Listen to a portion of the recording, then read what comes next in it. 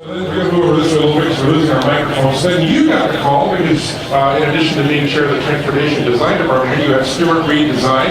Yep. And so Peter came to you and said, Stewart, let's finish this car. Right. Well, the first thing Peter did, because of his, generous support of Art Center, challenged us in the Transportation Design Department to have a student project that would explore what Jean Bugatti might have done. So we handpicked some students that were really only at fifth term level, so that if Peter liked one of the directions, they would be around for a year to follow through. And I picked two great faculty, Merrick Georgievich and Rich Retracing, who everyone knows here. We went through the student work, presented to Peter and many of his friends, and it was all very exciting, a little too futuristic, a little too much individual for the portfolio, and not really trying to imagine what Jean Bugatti would have done in 1939. So we progressed, we took all the essential elements that Peter felt would be in this car, what Bugatti might have done, and progressed forward. There's a panel back here that you can look at a little later, if anyone is here, that shows some of the steps.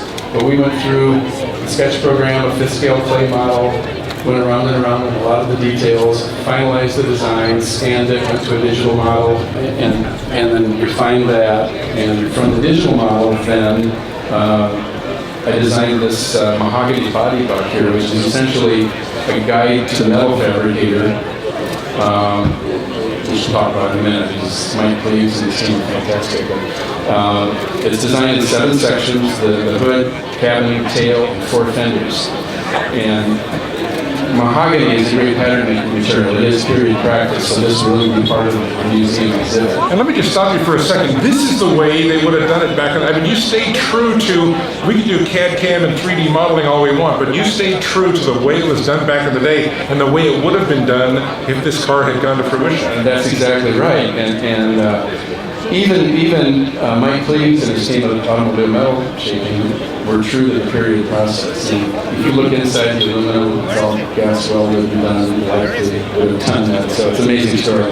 But of course, we did in fact use digital tools. We water jet cut all this marine mahogany and all the contour blocks, for the spine down the center, the window surround, second surfaces, are all done, 5-axis mill by David Pauly and his team right here at Art Center. In fact, so we've had kind of a nice blend of old and new.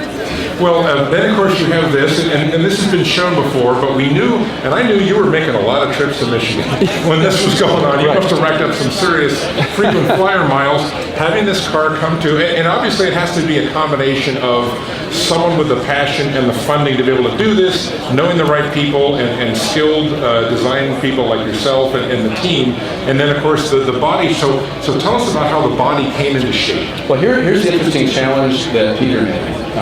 Because the chassis, and there are photographs back here, folks, for anyone else to see, because the chassis is such spectacularly artful, beautiful engineering, we didn't want to permanently cover it. Peter did not want to permanently cover it. So the challenge was to design a period correct body that was also structured as a monocoque, so it could be lifted off the chassis, so that anytime we can still do the chassis. Well, I'll hold one end, you hold the other, and we'll give it a heat hold. Well, maybe not. And then talk about, is it done? Are we going to now finish it? Is that the finish? Will it be painted? Well, the plan is, because we felt it might be a little presumptive to say, well, this is exactly what Jean Bugatti would have done in 1939. And so what we've done is say, we think this is close, but it'll never be, so we've called it the unfinished symphony. It'll never actually be finished. So it'll remain in this state at the museum as if you were viewing a coach-built project that's nearing completion. And so the other thing that's great is that it really... Oh, here's Peter. He's here. Oh, he is here. We didn't think you were here. This is Peter Mullins. He's the man who got this whole thing going. We didn't think we were going to be here later. Come on in. And Stewart gave us most of the story. But, okay. He knows it correctly. Well, he knows it correctly, but I got to say, this is Peter and Merle Mullen, and you've just been such great benefactors to this institution. And I guess when it came to having your ultimate Bugatti, this is the one that came along. And Stewart gave us through the process and some of the things you wanted, but where is it going to go? Where can people see it if they want to see it again after today? Well, first I want to tell you about this one. This is actually one of the most beautiful Bugattis, but its 0 to 60 time is really bad. Because it's wood. And don't drive it in the rain. No, it swells. It is going to our museum in Oxnard to sit alongside the car itself to show the art of coach building.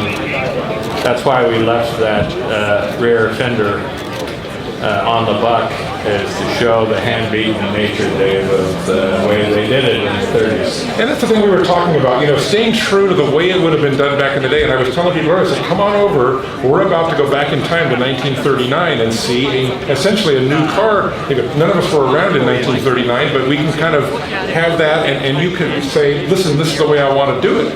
I assume you're happy with how it came out? I'm thrilled with the way it came out. And to watch the guys in Mike Lee's shop do this by hand and with some stamping machinery that actually was used in 1939, gives you a real thrill to appreciate the artisan and craftsmanship and art nature of these great carrossiers from the 30s. And speaking of that, and I think also, part of the reason we have the Car Classic here at the Art Center is students today can learn. So this is also probably a big part of this is a teaching tool that any of Stewart's students can then use. Okay, this is how we did it, and we talked earlier about, you got to sculpt it in clay still. You got to sketch it on a pad, and that's the way you do it. So this is actually, you've created a teaching tool for design students today and in the future. Well, that was one of the objectives, was to have the educational aspect of seeing how it was really done. And one of the things, one of the big concerns that Stewart and I talked about ad nauseum was the chassis is maybe one of the most beautiful pieces of art of all time. The lightweight duralumin chassis with the rivets. So to put a body on it, you of course hide the chassis. So what do you do about that point? So this body, which weighs 349 pounds, can be lifted off. You unlock it 4 places. A couple of stronger guys than me and you, well, you could probably do it, can lift it off, and we're going to suspend the body above the chassis in the museum.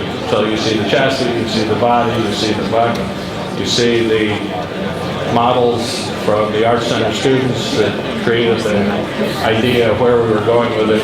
So that'll be a total learning tool, I think. And just as a side note, and I've been to your museum, and it's just spectacular, the way you present some of your cars, and I think this is a great example, the way the late car is presented, the way the Le Mans cars are presented, the barn for the barn find. So it isn't just a bunch of cars parked in a building. This is really being there and really getting to see these cars and really get it. And I know it is such a beautiful place, Merle Mullin. It is such a spectacular, talk about walking back in time. You must be very proud of the finished product. I'm very proud. And each car is in a setting that reflects the era in which it was designed and built. What about the bathrooms? What about the bathrooms? The bathrooms, people are It's over there just to your left, Peter. Oh no, the bathrooms in the museum. The bathrooms in the museum are works of art designed by Peter and Merle. There you go. All right, too. And is Mike Cleves around? We want to bring him into this. So Mike, where did he go? is here. He is here somewhere. Talk about putting this body together. Well, listen, we want to thank you so much, and the Mullins have been so generous to this institution, one of my favorite places. Stewart, I think you landed on the right project. I think you two presented Stewart and his team with the right project. It is a wonderful, wonderful piece of automotive sculpture. We get to kind of carry on something that was kind of left unattended. So let's have a nice round of applause for the Mullins and just bringing this car into our automotive world, and to Stewart and his team. It is the beautiful, brand new 1939 Bugatti Type 64. Thank you so much. We'll see you on stage later, but I'm going to wander off and talk to Stewart. Yeah. Hello. Sure. Someday there will be 2 of them running.